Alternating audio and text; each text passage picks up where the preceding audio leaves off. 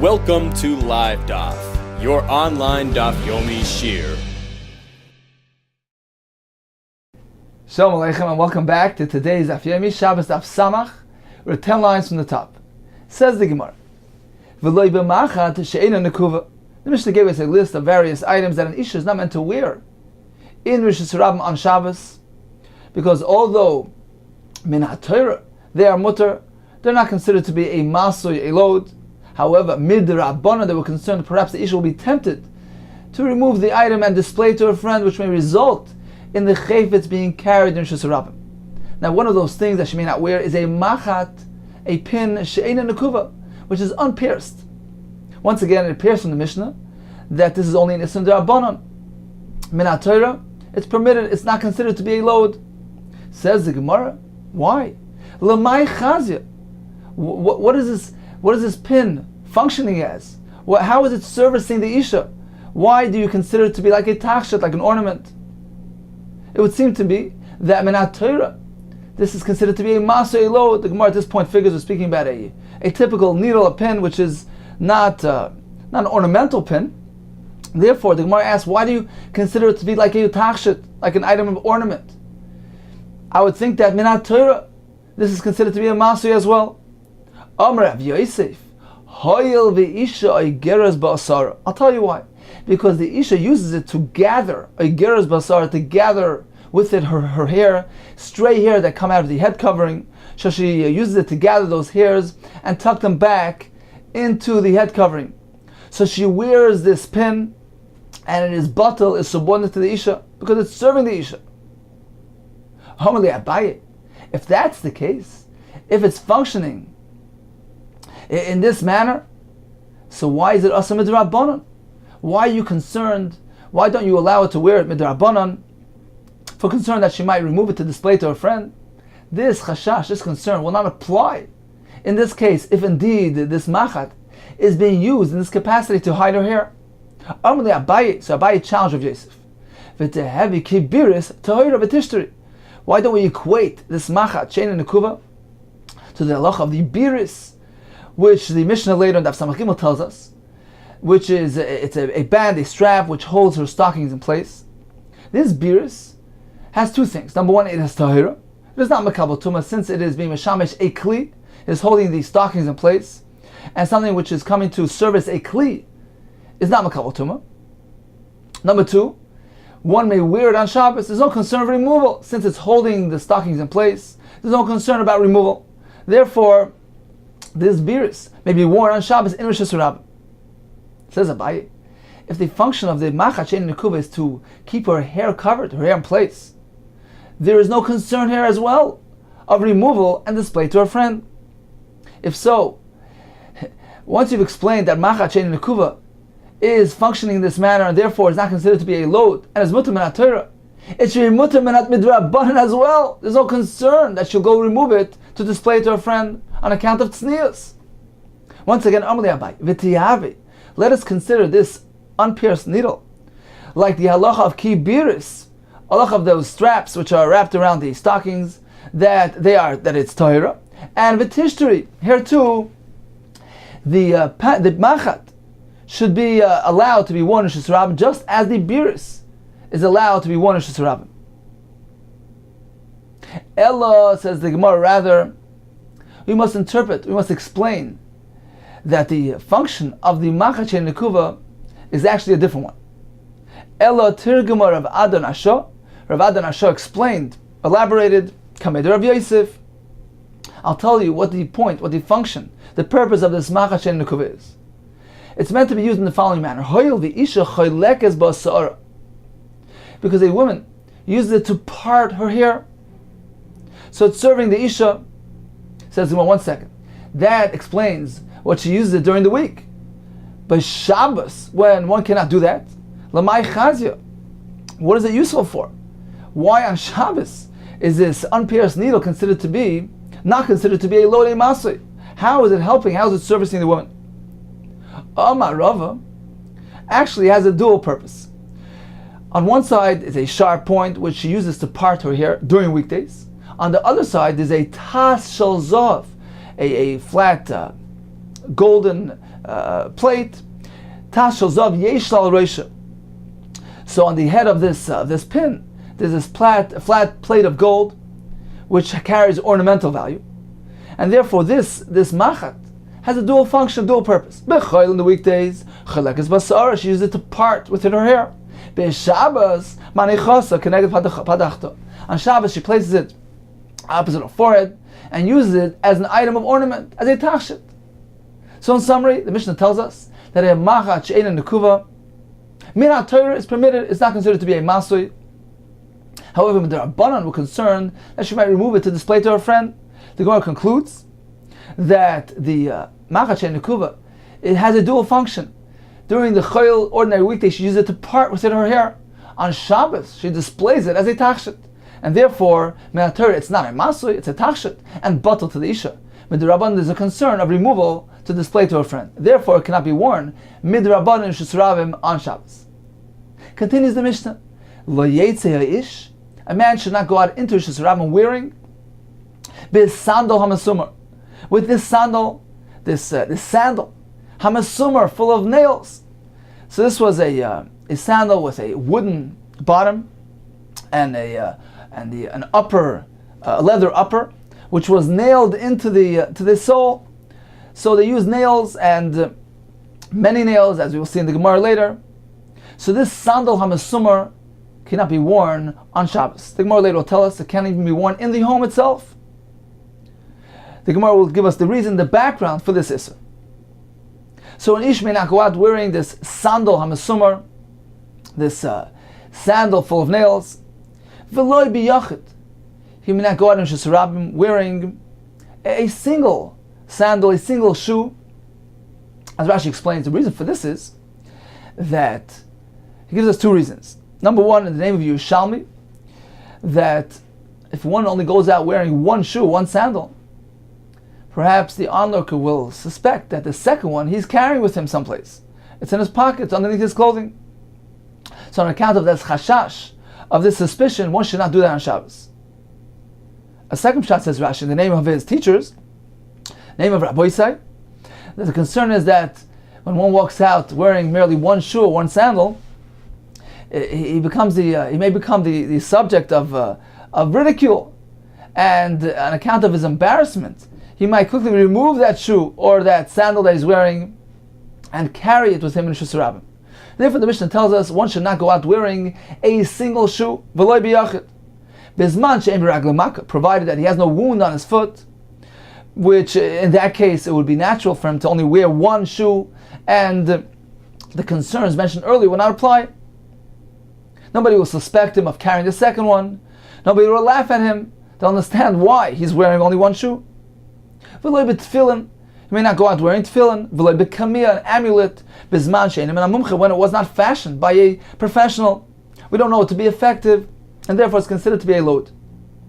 V'loi b'shiryon, some sort of body armor. V'loi b'kasta, nor wearing a helmet. V'loi b'magafayim, nor with these leg guards worn by soldiers during battle. V'im yatsa, but if one chooses to go out into Shusarabim wearing any of these items, ein chayv chatas, he doesn't bring a chatas, because these things are not asur min ha-Torah. It is only midrabanan. As Rashi points out, even the body armor, etc., worn by a soldier are regarded as malbush, since they are meant to be worn by a soldier during battle. So min ha-Torah, we don't regard them as a load. It's only asur midrabanan. Says the Gemara, sandal hamasumar, this nailed sandal, my taima. Why is one not meant to wear it on Shabbos? Amar Shmuel, the reason is as follows. Shlufei ha-gzeira hayu, there were individuals who were fugitives from the gzeira, from the decree of the goyim, who enacted anti-religious decrees, and there were people who were hiding from them in order to maintain their Yiddishkeit, their way of life. They were hiding in a cave. And they announced as follows. They enacted a policy in the cave. Ha-nichnas, one who wishes to enter, welcome. Yikanes may come in. Just make sure before you come in there are no enemies in the vicinity, and then come in safely.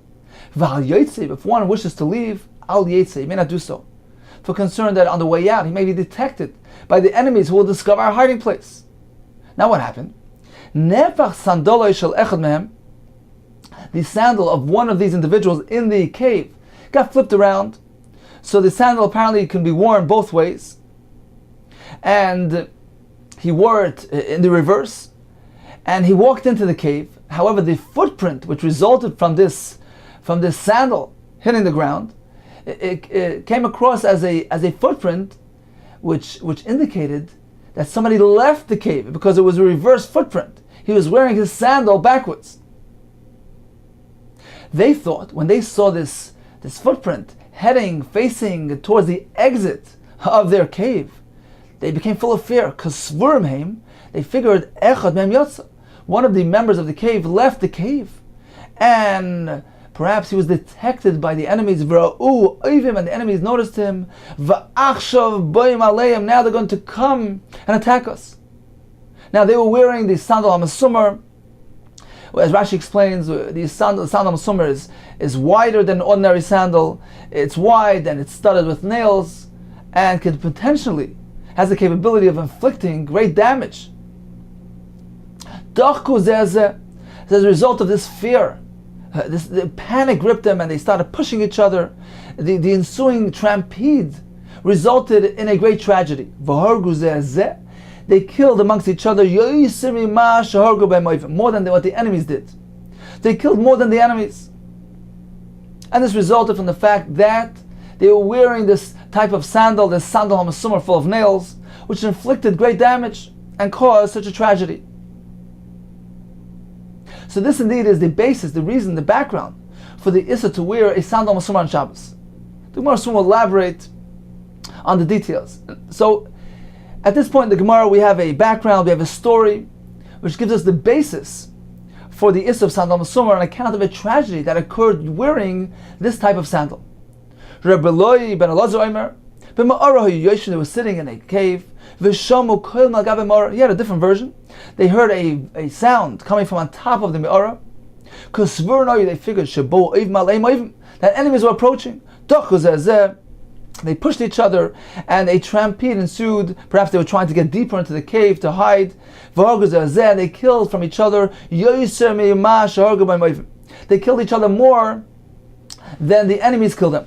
And again, this was a result of the sandal HaMasumar they're wearing. Rama Cheskel has another version. Beis HaKnesset, Yeshua was sitting in the shul. V'shamu koil, they heard a sound Beis HaKnesset from behind the shul. They figured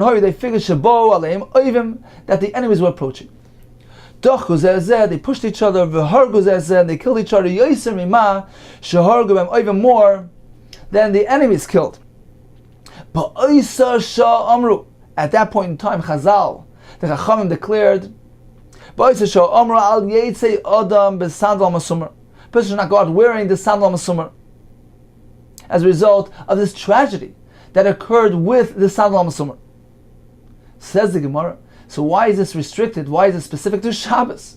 If this is the background, the basis for this Isser, so even though an ordinary weekday, it should be Isser. Chachamim should prohibit one from wearing this nailed sandal, as a result of the tragedy that happened with it.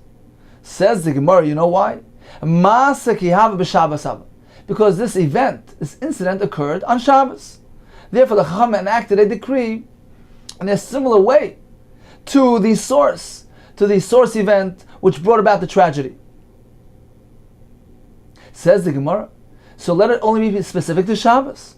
What about Yom Tov? Yom Tov Lishteri, why don't we allow one to wear it on Yom Tov? Since this story occurred on Shabbos, it should be restricted to Shabbos, not to Yom Tov. Alama Tanan, if so, why did we learn in the Mishnah and Be'ah, which seems to indicate otherwise? Mishnah says, Mishalchem Kalim b'Yom Tov, one may send to his friend Kalim, articles of material, clothing, bein tfurim, whether sewn, bein she'en tfurim, whether not sewn. The Gemara says it can still be used to cover oneself, so that may be sent on Yom Tov. Avaloi sandal HaMasumar, but one may not send this sandal HaMasumar on Yom Tov. V'loi minol she'en tofer, nor a shoe which is not sewn, which is not complete, which cannot be used, has no function. Apparently, the Mishnah indicates to us that a sandal HaMasumar has no use, has no function on Yom Tov. Therefore, one may not exert himself to send it on Yom Tov, because it's a needless exertion. Why? Why is the sandal HaMasumar us on Yom Tov, if the story took place on Shabbos? Says the Gemara, Shabbos my time. What is unique about Shabbos? The Ika Kinufya. because on Shabbos people gather, they assemble. B'Yom Tov Nami Ika Knufya. On Yom Tov as well, it is similar in this manner to Shabbos. Since all gather, they gather together, Rashi says, in the shuls. This is Rashi in the third line. Ika Knufya, says Rashi, third line from the top. There are gatherings taking place. She'ein oisem malacha, because they don't do a malacha. V'nikbatzin, they gather together, but the knesiyas, to the shul, but the midrashes. K'ahi ma'isa david b'knufya, which is similar to that story that happened during the Gzeira then, that they were gathered together, assembled together on Shabbos.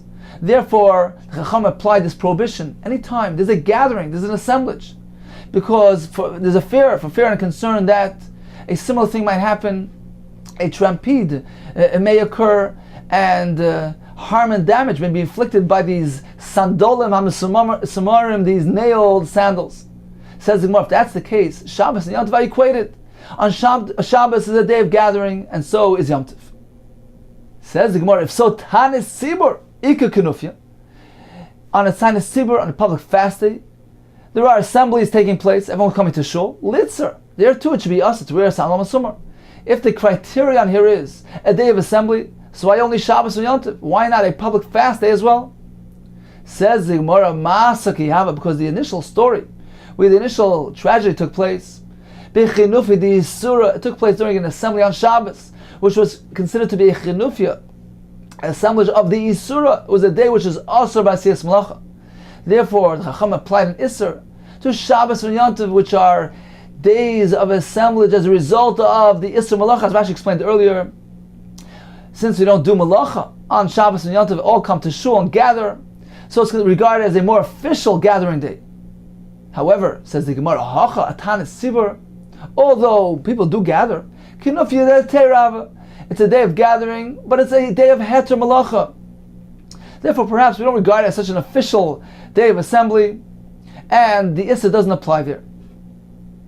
So the Issa only applies to Shabbos and Yom Tov, since it is Asur B'Siyas Malacha, and due to the Issa Malacha, all come to shul, and regarded as a true Yom Kinufya, and it is reminiscent and resembles the initial gathering which took place on Shabbos as well.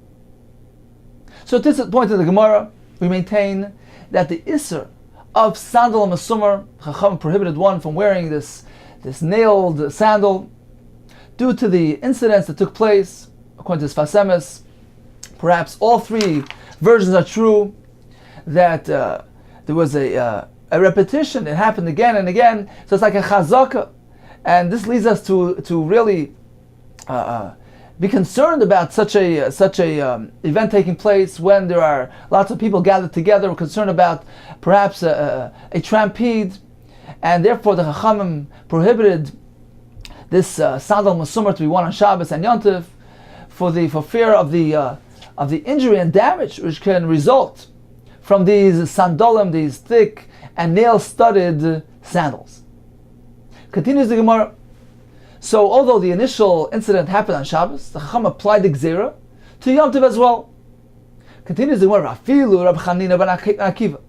This will fit. This will be compatible even to the opinion of Rab Chanina ben Akiva, who says, the Amar who says, that when the Chacham apply a Gzeira as a result of an incident, of an event, they will only seek to apply it in a circumstance, in a scenario which exactly duplicates that event. For instance, says the Gemara, there was a story that one was transporting the mechatas, the water of the paraduma, and the efrachatas, the ash of the paraduma, in a boat over the Jordan River. And afterwards they found a kazayis of a mace stuck to the karka of the sfina, to the bottom of the boat. And that was matame, the mechatas and efrachatas. As a result of that incident, the Chacham said, they applied Gzeira, they said, one may not transport the Ephah or the Mechatas over a river. Any river, not just a Yarden, any river, not just in a boat, even walking over a bridge. So they applied Gzeira, a very broad Gzeira, even though it doesn't contain the exact elements of that initial incident. Rabbi Chanina ben Akiva disagrees. He says, Lo Yasru, says the Gemara, Lo Yasru ala biyarden. only if he's traveling in the Jordan River, ubisfina on a boat. Okay, ma'aseh shaya. Exactly, in a way which duplicates the initial story.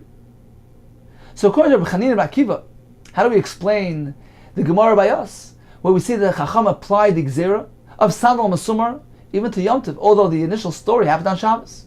Says Gemara, yes, it's compatible even with his opinion. Why? Because the contrast between Shabbos and Yom Tov is not so great. Hani mili yardin, this limitation. Or Rabbi Chanina and Akiva tells us that only in a yardin, only in a boat is there that Gzera. It's only because the yardin is different. Hani mili yardin, the shani mishanaris, because it is unique, it is different, it is discernible from other rivers. It's unique on account of its depth, of its width, of its shape. So it's different. It's distinguished from other rivers, and therefore we're meant to differentiate between the Yarden, where the incident took place, and not to apply the Gzera elsewhere. However, says the Gemara, Yom Tov is Shabbos, they're equated, they're equal to each other. There's very little difference between the two. Therefore, they're bound together and lumped together as one. And the Gzera that applies to Shabbos will apply to Yom Tov as well. This not as we looked in the Mishnah. Yom Tov Shabbos. There's no difference between Yom Tov and Shabbos, Ella except Oichel Nefesh Bilvad, the halachas of preparing food, which is mutter on Yom Tov and not on Shabbos. So even according to him, we understand why the Chacham applied the Gzera of Sandal Masumar to Yom Tov, just as they did on Shabbos.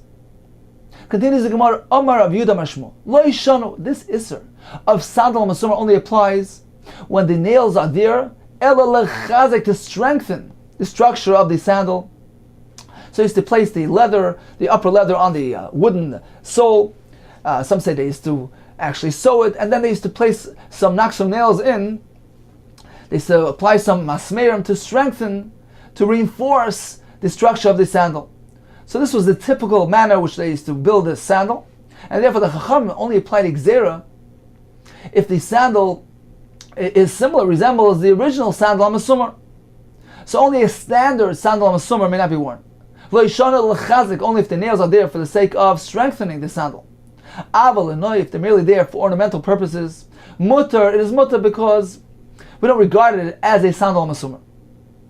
The kamal enoy, up until how many nails can be there, and we will regard it as noy, as coming to beautify the sandal and not to strengthen it.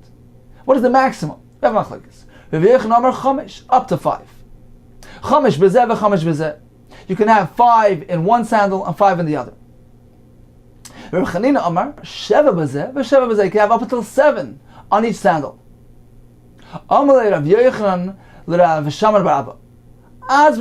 explain to you how we're meant to configure these nails so that they serve an ornamental purpose. According to my opinion, that I allow 5. So we're meant to space them as follows. 2 are meant to be positioned on the right side of the sandal. 2 on the left side of the sandal. 1 is meant to fasten the straps of the sandal into the wooden sole. So 2 on the right, 1 on the front, 1 on the back, 2 on the left, and 1 by the straps. The Rav Chanina, who allows up till 7, how are we meant to position the nails? Gimel mekan, 3 on the right, Gimel mekan, 3 on the left, v'achas b'tarsiyos of 1 by the straps. So machlokes, what is the maximum allowed to be considered noy and mutter? According to Rav Yochanan 5, according to Rav Chanina 7. Meisvei, we have a brisa which seems to contradict. Sandal hanoite, one has a leaning sandal, so the wooden sole, the wooden bottom was worn out on one side, and now the sandal is leaning to one side. He'd like to pound some nails into it to lift it and level to balance the sandal back. Oisaloi sheva, he can pound in 7 nails in order to lift the sandal. So we're speaking about nails are not meant to l'chazek, not coming to reinforce the sandal. Therefore, we regard it like the nails that are coming for the purpose of ornament. Therefore, according to this shita, it can put in 7 nails. Rebbe Matabiyot Gimel can place up to 13. So we have a machlekes 7 or 13. How is this compatible with the previous discussion of Rav Yochanan and Rav Chanina? It says in our Bishleim Rav Chanina, We understand Rav Chanina will follow. Who the Amar Reb Nasan? He follows the Shita of Nasan, who gives us the number 7. When we're talking about nails which are not dear lechazik, he's allowed up till 7. El Rabbi Yochanan, according to Rabbi Yochanan, who gives us the number 5. The Amar Kaman, who is he following? Whose Shita does he reflect? Says the Gemara, we have another Shita, we have another Tana, who the Amar Reb Neroi, he will follow the Shita of Neroi, the Sanir of Neroi Omer. Hey mutter, 5 is allowed, V'sheva Asr, 7 is not allowed. So Rabbi Yochanan follows the Shita of Rav Neroi. Continues the Gemara, Amar le Eifa l'Rabba Rav Chana. We have 2 opinions. Is it 5, according to Rabbi Yochanan? Is it 7, according to Rav Chanina? So how are we meant to follow? So Eifa told Rabba Bar Chana. Eifa was a name of a Chacham. Rashi says he was the son of Rav Chava from Badis. So he told Rabbi Chana as follows. Aton, you, Talmid Rabbi Yochanan, you are the students of Rabbi Yochanan, Avituk Rabbi Yochanan. You want to follow Rabbi Yochanan's opinion, and the maximum nails allowed for the purpose of noi, of ornament, is 5. Anan, however, us, who are not the students of Rabbi Yochanan, Navet Rav Chanina, we will follow the Shita of Rav Chanina, and we will allow up till 7. Boy minei Rav Huna Rav Ashi. Rav Huna asked Rav Ashi, Chamish Mao, is 5 allowed for the sake of noi? Even Zayd, even 7 is allowed. Tesmai, what about 9? Even 8 is not allowed. So he holds that the maximum allowed is 7. Continues the Gemara, there was this shoemaker who asked a Shaila, Mei Rabbi Ami, what if we take this sandal and we turn it into a sort of a shoe? What if one inserts a soft leather insert into the sandal? So the sandal was made of a wood bottom with some stiff leather on top, was served as the sandal. What if he takes some softer leather, forms it in a way where he inserts it to the sandal, sews it in, and now completely encloses the sandal and turns it into a shoe? Does the Isser of sandal hamasumar apply to this item as well? What if he sews it from inside? He takes a piece of leather, sews it on the inside. Is that considered to be a sandal hamasumar? Amalei mutter. So Rav Ami told him, I know it's mutter, the name of Rav Yochanan, I heard that it's mutter. My time. However, I'm not sure what the reason for it. Why is it mutter? Amar le Rav Ashi. My time. You don't know the reason? Very simple. Kivan the from Bifnim, since he added this leather insert. Havale minol. It now constitutes a minol, a shoe. It is not included in the Gzer Rabban of sandal hamasumar. This sandal, Rabban only applied the Gzer to a sandal. The minol, something which looks like a shoe. Lo Gaz Rabban, therefore, even if he puts tons of nails there, it is not included in the Gzer of sandal hamasumar.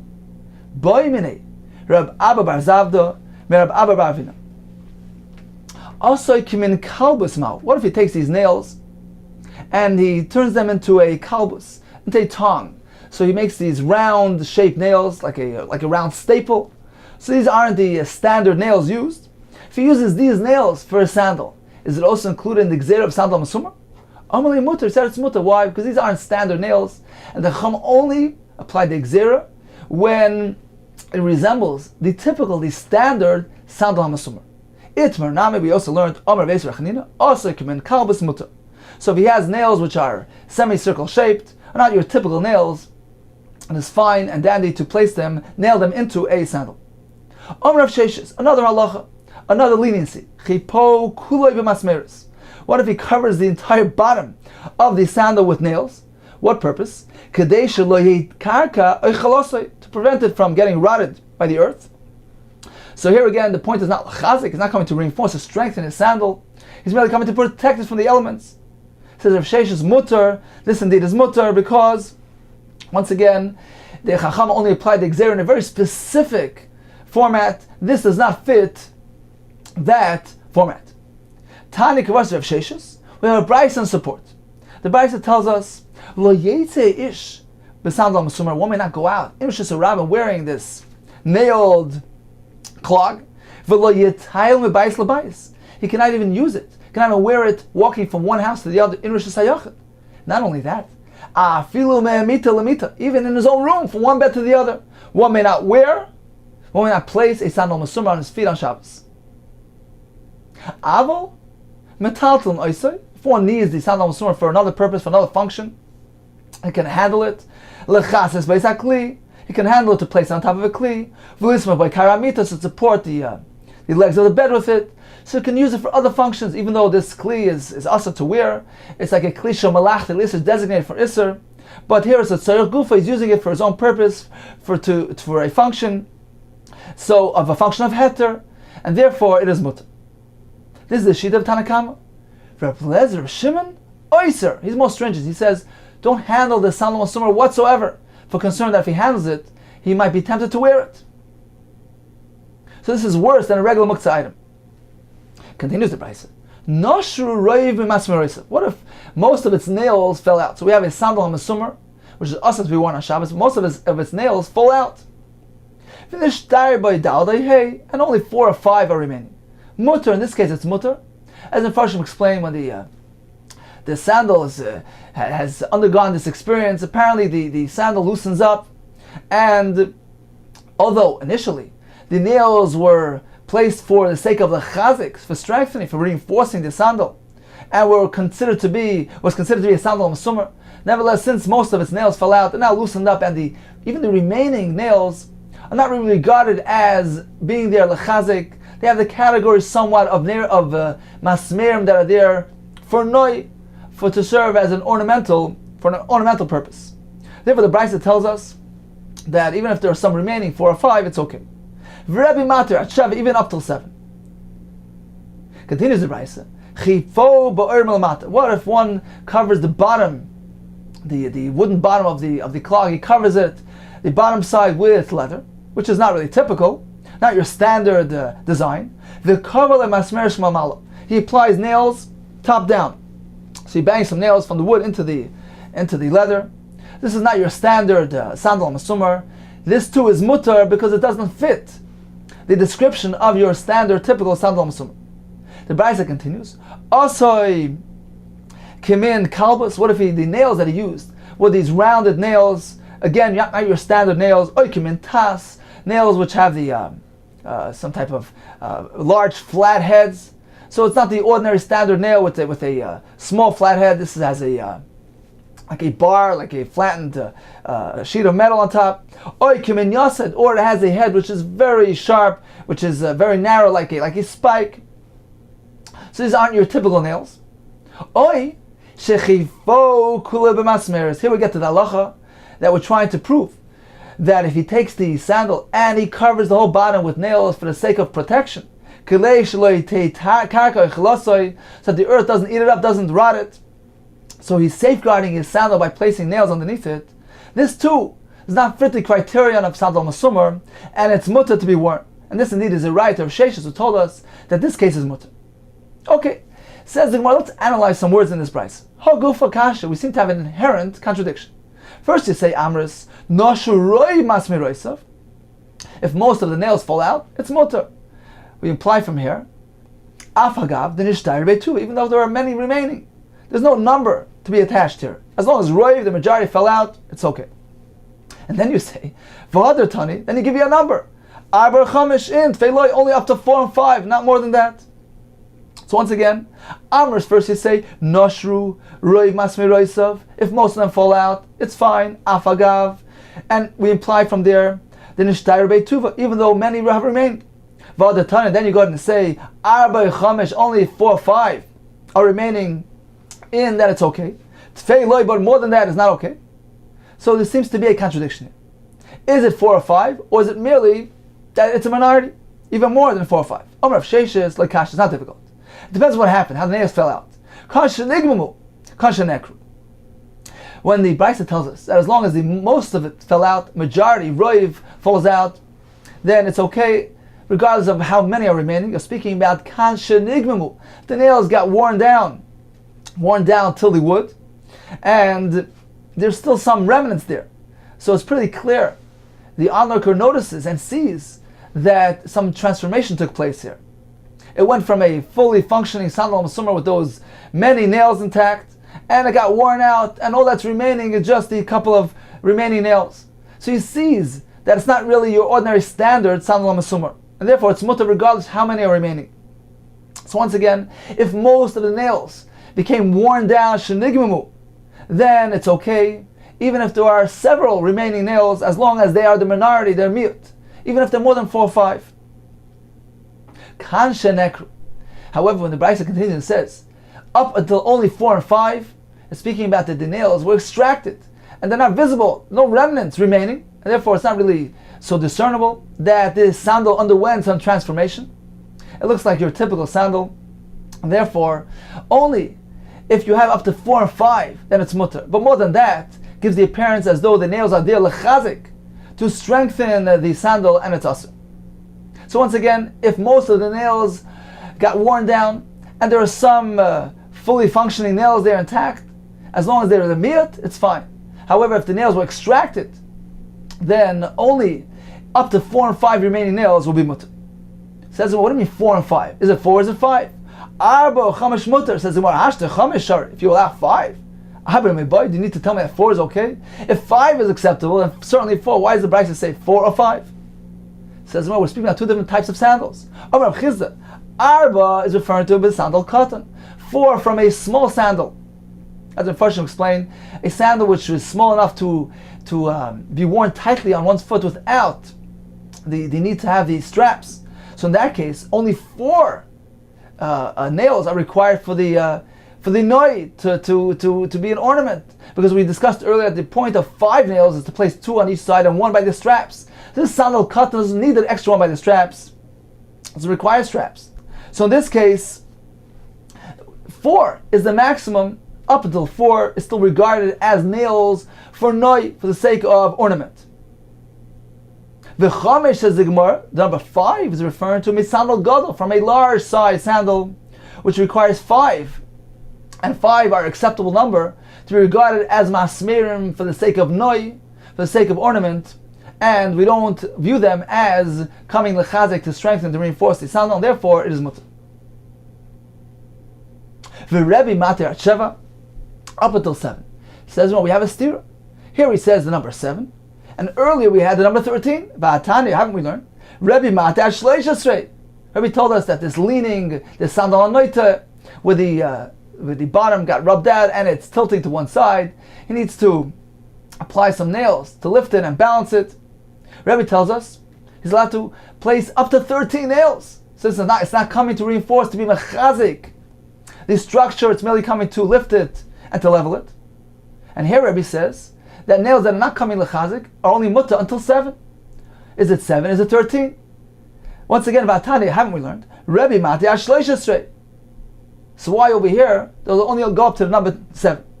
Says the Gemara, that Brisa is speaking about a noite. Noite shani. A sandal which is noite, which is leaning, is different, because it requires many nails to lift him and level him. Therefore, it's mutter. However, an ordinary sandal can only have up till 7. Says the Gemara, now that you've come to this clarity, to differentiate between nails that are coming to level, to lift and level a sandal anoita where more is allowed, as opposed to nails which are coming merely to serve lenoi, for an ornament. If that's the case, if you have that distinction, let's go back to the previous discussion. Now that you have this clarity, the Rav Yochanan Nami like kasha. If you recall, we had a kasha. Rav Yochanan told us how many nails can he place into a sandal for the sake of noi. Rav Yochanan said 5. We had a Brisa which told us different numbers, 7, 13. We had a kasha. Which shita was Rav Yochanan following? Says the Gemara, very simple. The Brisa is not discussing the same scenario as Rav Yochanan. Rav Yochanan was speaking about nails that are coming l'noi, for an ornamental purpose. Therefore, he only allowed up until 5. The Brisa, which allows more, 7 or perhaps 13, is speaking about a sandal noita, which is more lenient, because all those nails are required to lift and level the sandal. Once again, says the Gemara, now that you have this distinction, Rav Yochanan Nami l'kash, the initial stira we had on Rav Yochanan won't either be a kasha, because the Brisa is speaking about noita shani. The Brisa, which allows more than Rav Yochanan, is unique to a sandal which is leaning, and therefore allows more. Continues the Gemara, Omar Rav Masna. Some say it was Omar Rav Chadvei Bar Masna, Omar Rav Masna, the name of Rav Masna. Ein halacha Ker Belezer Reb Shimon. Reb Shimon told us that the sandal masumar can't even be handled on Shabbos. You can't even use it to cover up the mouth of a kli, because there's a concern that merely handling it would tempt him to put it on and to wear it. Says the Gemara, the halacha does not follow his opinion. One is allowed to handle the sandal masumar for a tashmish heter, to use it to cover a kli, etc. Says Rav Pshita, it's obvious that we don't rule like a Belezer Shimon because he's a yachid. Yachid the rabbim, halachic rabbim. Whenever we have an individual that is disputing a rabbim, a majority, multitude, we follow the rabbim. So why do you need to tell me that we don't rule like Belezer Shimon? Says the Gemara, perhaps I will think this case is different. Mistaver time the Belezer Shimon. It's logical to follow the svar, the rationale of Rabbi Belezer Shimon regarding this case, because holding the sandal in his hand is so close to being worn. He's so accustomed to wearing it. Therefore, it is logical to apply an isser, even to merely handling the sandal on Suman Shabbos. Perhaps I would think, mistavra timer. It is logical. The reason of Belezer Shimon is logical. Mistavra time the Belezer Shimon baha, and this halacha kamash mal, and therefore he needs to inform us. No, that even here we don't follow the yachid. Rather, it is mutter to handle the sandal on Suman Shabbos. We have another opinion regarding the nails inserted into the sandal for the sake of noi, for beauty. I will allow very much. Ilav de Curly, if not for the fact that they're going to call me, they're going to give me a title, uncomplimentary title of Bavloi, a Babylonian, Shari Yisuri, who permits prohibited things. If not for that fear that they're going to regard me as this type of person, Sharina Beituva, I would allow even many more nails to be inserted into the sandal for the sake of noi. He maintains, Rav Chia maintains that many more than 5 or 7 or 13 may be allowed into a sandal for the sake of noi. So exactly how many was he matir? V'kama, how many? V'pumbedisa amrin, esun v'arba. In Pumbedisa they said that he would allow up to 24. B'sura, in the yeshiva in the town of Surah Amrin, they said esun v'tartan. Rav Chia would theoretically allow up to 22. We have a simon, a remez here, a hint, that in Pumbedisa it was 24, in Surah it was 22. How are we going to give you a hint to remember these numbers? Now Rav Chia traveled from Babel, he came to Eretz Yisrael, so his route began in Pumbedisa, and he went through Surah to get to Eretz Yisrael. Now, it seems that it's pretty common that these nails fall out of the sandal. So the remez, the simon here is that Rav Chia was traveling ad awesome Pumbedisa Surah. When his route took him from Pumbedisa through Surah, chaser tarti, he lost 2 nails on the road. So he began with 24 in Surah and ended with 22. He started with 24 in Pumbedisa and ended with 22 in Surah. So this is a good remez to remember the difference of opinion. That in Pumbedisa they maintain the number 24 is allowed. And in Surah they maintain that according to Rav Chia, he would theoretically allow 22. So in summary, we learned about the Isser of Sandal HaMasumar, and as we just concluded in the Gemara, not only with regards to wearing in Rosh Hashanah, even in Rosh Hashanah, it may not be worn. The Gemara told us the background, because of those stories, those incidents that happened as a result of the Gzera when the Yidden were hiding out, and panic gripped them, and the ensuing trampede resulted in lots of damage and injury.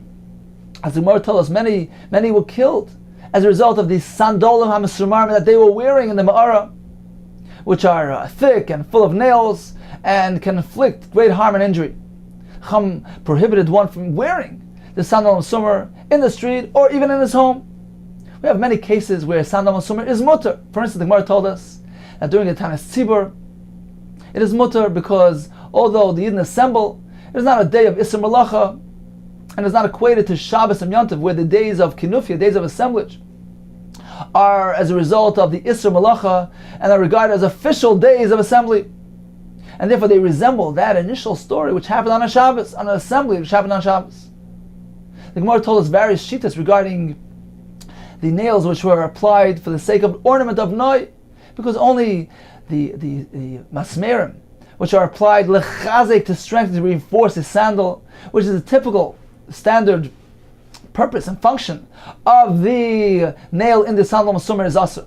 However, if it's applied for the sake of noy, it's mutter. We have various shittas. 5, 7, 22, or 24. What about a sandal hanoita, which is leaning to one side, needs to be reinforced, needs to be not reinforced, but rather lifted and leveled? We have a shita which says 7. We have a shita which says up to 13. What if he inserted a piece of leather into the sandal, turned it into some sort of shoe? That too is mutter, even if it's full of nails, because it's not regarded as a sandal. What if the nails are semicircle shaped, kalbus, or has a very wide flat head, or a very narrow sharp head like a yosid? It is not your typical nail and is not included in the gzera. What about if he covered the bottom of his sandal, the underside of the wood, with leather, and nailed it in that manner, put some nails in lamala lamata from through the wood into the leather? That too is not your typical sandal hamasumar and is not included in the gzera. What if some nails fall out? That depends. If there are some remnants, nigmamu, they got worn out, but it's still discernible, in that case, we're very lenient. Even if merely roiv of the masmeres fell out and there's still a significant number of nails intact and visible, it is mutter. What about the nails when neck were extracted completely? Then we say as follows. If it is a large size sandal, then up to 5 is mutter. And if it is a small size sandal, then up to 4 intact nails are permitted. Then we'll conclude with the story of Reb Chia, who would have liked to rule very leniently regarding the sandal masumar, up to 22, up to 24, depending on the various versions in the Gemara.